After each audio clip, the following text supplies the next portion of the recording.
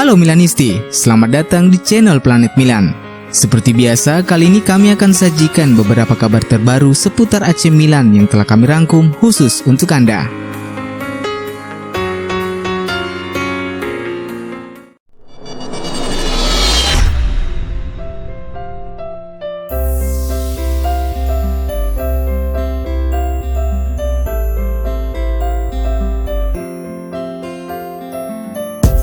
Deretan fakta menarik di balik kemenangan Milan atas Crotone.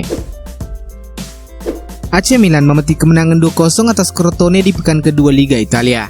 Hasil ini membuat tim asuhan Stefano Pioli sementara bertengger di peringkat ketiga klasmen Liga Italia musim 2020-2021. Melansir catatan Opta, pertandingan Crotone versus AC Milan juga melahirkan beberapa fakta menarik. Dan berikut ulasan selengkapnya. Milan sedang dalam laju tak terkalahkan di semua ajang dalam 17 pertandingan. Sejauh ini Rossoneri mencatatkan 13 kemenangan dan 4 hasil imbang. Ini merupakan rentetan Milan tanpa tersandung paling lama untuk pertama kalinya sejak musim 1996. Saat itu AC Milan masih dilatih oleh Fabio Capello yang mencatatkan 27 laga tanpa terkalahkan. Milan juga sedang produktif di Serie A. Dalam 22 laga terakhir, AC Milan selalu mencetak gol. Itu pertama kalinya sejak Maret 2009. Dengan hasil Crotone versus Milan, Rossoneri membukukan clean sheet di dua laga awal Serie A 2020-2021. Pencapaian itu pertama kali dilakukan sejak musim 2002-2003 di bawah asuhan Carlo Ancelotti. Milan sering mendapatkan penalti saat Liga Italia start lagi usai lockdown. Mereka sudah mencatatkan 6 gol dari titik putih. Sejak bergabung dengan Milan, Franchesi sudah mencetak 9 gol penalti.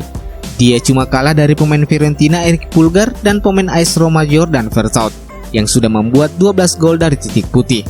Crotone versus Milan juga menjadi momen bersejarah untuk Sandro Tonali. Dia merupakan pemain kelahiran tahun 2000 pertama yang menjadi starter untuk Milan di Serie A. Ante Rebic kemungkinan comeback di Derby della Madonnina. Kemenangan AC Milan atas Crotone harus dibayar mahal dengan cederanya Ante Rebic. Penyerang timnas Kroasia itu mengalami cedera dislokasi siku pada lengan kirinya. Situasi itu jelas membuat Stefano Pioli cukup gusar, karena praktis ia tidak memiliki banyak pilihan di lini depan, menyusul Ibrahimovic yang sudah menepi terlebih dahulu setelah terbukti positif COVID-19. Hal itu diungkapkan Pioli dalam wawancara setelah pertandingan. Ia berharap Rebic tidak mengalami patah tulang sehingga bisa kembali bermain dalam waktu singkat. Harapan Pioli kemungkinan besar menjadi kenyataan, sebab Football Italia melaporkan bahwa cedera sang pemain tidak separah perkiraan awal. Laporan yang sama menyebutkan Rebic bisa kembali ketika Milan melawan Inter Milan dalam Derby della Madonnina. Pertandingan akbar itu akan berlangsung di San Siro pada hari Sabtu 17 Oktober 2020. AC Milan ingin pinjam Diogo Dalot dari MU. AC Milan masih bergerak di bursa transfer musim panas ini. Seperti diwartakan jurnalis Fabrizio Romano, Milan kabarnya mulai membuka pembicaraan terkait transfer Diogo Dalot dari Manchester United. Romano mengungkapkan Milan tertarik mendatangkan Dalot dengan status pinjaman plus opsi pembelian. Namun sejauh ini belum ada kesepakatan yang terjalin karena MU ingin melepasnya secara permanen. Diogo Dalot bergabung dengan MU pada musim 2018. Ia didatangkan dari Porto melalui rekomendasi Jose Mourinho yang saat itu masih menjadi pelatih tim Setan Merah. Dalot digadang-gadang bakal menjadi pemain andalan MU di masa depan. Namun inkonsistensi membuat pemain 21 tahun itu justru lebih banyak menghuni bangku cadangan. Namanya pun kian terpinggirkan setelah kalah bersaing dengan Aaron Wan-Bissaka yang menjadi pilihan utama oleh Gunnar Solskjaer di sektor kanan pertahanan The Red Devils. AC Milan tertarik bajak Takehiro Tomiyasu dari Bologna. AC Milan sejauh ini memprioritaskan untuk mendatangkan seorang center back sesegera mungkin, mengingat beberapa bek tengah mereka yang masih berkutat dengan cedera. Namun sejak bursa transfer musim panas ini bergulir, Milan sejatinya juga bergerak untuk mencari opsi di sektor bek kanan, mengingat kesulitan yang dialami David Calabria dan Andrea Conti musim lalu.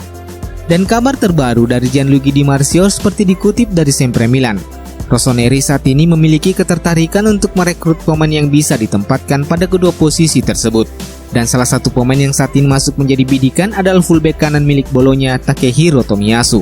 Pemain Jepang usia 21 tahun itu menjadi salah satu pemain Bologna yang tampil impresif pada pertandingan AC Milan versus Bologna beberapa hari lalu. Meski timnya kalah 0-2, namun penampilan Tomiyasu memberikan kesan positif bagi Milan. Kemampuan Tomiyasu yang bisa bermain sebagai fullback kanan dan juga bek tengah menjadi nilai lebih. Apalagi ia juga sudah sangat akrab dengan kultur sepak bola Italia. Di lain sisi, Bologna sendiri dikabarkan tidak menutup kemungkinan untuk melepas Tomiyasu jika mendapat tawaran yang tepat.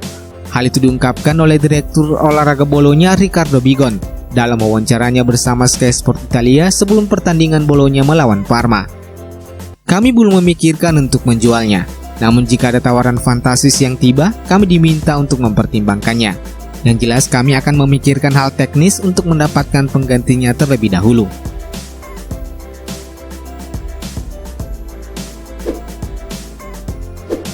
AC Milan tuntaskan transfer Jens Peter Hauge. AC Milan dilaporkan telah mencapai kesepakatan dengan Bodo Glimt perihal transfer bintang muda mereka Jens Peter Hauge senilai 5 juta euro.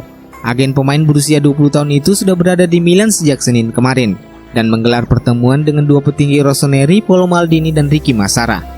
Menurut laporan Tutto Mercato Web, diskusi transfer penyerang sayap Norwegia itu telah mencapai tahap akhir dan menemui kata sepakat.